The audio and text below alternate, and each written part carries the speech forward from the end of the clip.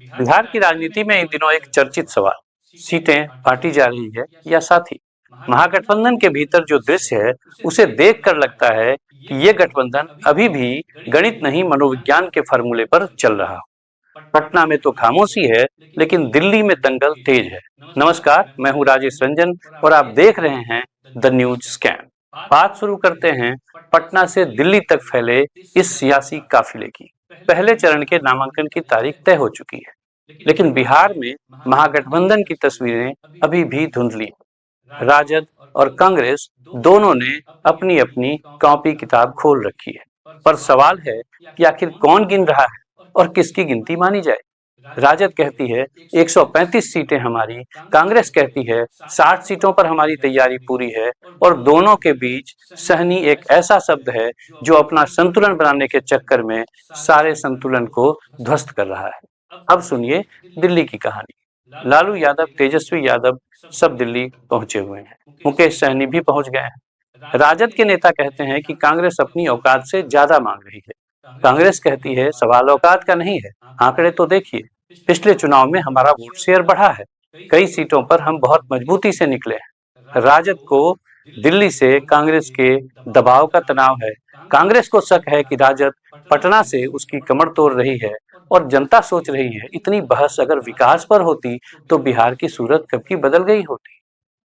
कांग्रेस ने चाल चल दी है, 76 संभावित प्रत्याशियों की सूची तैयार केंद्रीय चुनाव समिति में भेज दी गई है। मतलब साफ है कि सीट बटे न बटे, लेकिन तैयारी पूरी है। ये स्पष्ट तौर पर प्रेशर पॉलिटिक्स है। जैसे किसी रिश्ते में एक साथी पहले सूटकेस पैक कर ले ताकि दूसरा झुक जाए, कुछ वैसी ही स्थिति कांग्रेस ने बना दी है। इधर मुकेश सहनी का दिल्ली पहुंचना भी कम दिलचस्प नहीं है। पटना से रवाना होने से पहले उन्होंने मीडिया से कहा, महागठबंधन थोड़ा अस्वस्थ है लेकिन ठीक हो जाएगा।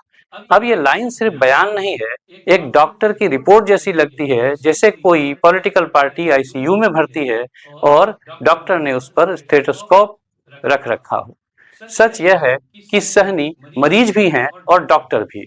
सहनी की मांग पर तेजस्वी खेमा सहमत नहीं है। असल में महागठबंधन का संकट यह नहीं कि कौन कितनी सीटें चाहता है, बल्कि यह है कि कौन किस पर भरोसा करे। राजद को लगता है कि कांग्रेस साथ है पर भरोसे लायक नहीं है। कांग्रेस को लगता है कि राजद बड़ा भाई है पर सुनता नहीं। सहनी को लगता है दोनों में झगड़ा हो तो फायदा हो। यानी तीनों के बीच यह गठबंधन अब विश्वास का नहीं, अविश्वास का तालमेल बन गया है। तेजस्वी की चिंता यह है कि सत्ता का समीकरण कौन तय करेगा, दिल्ली या पटना। अब आप समझिए असली कहानी, यह सिर्फ 243 सीटों का चुनाव नहीं है, यह बिहार के राजनीतिक मानस का भी टेस्ट है।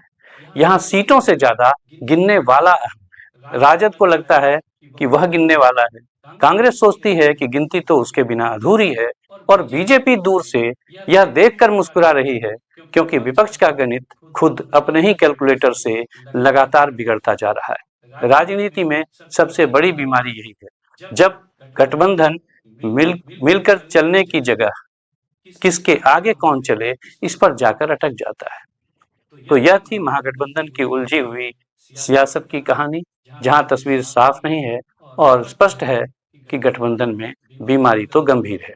मैं हूं राजेश रंजन और आप देख रहे थे द न्यूज स्कैन। बने रहिए हमारे साथ, जल्द मिलते हैं एक और मुद्दे के साथ। धन्यवाद।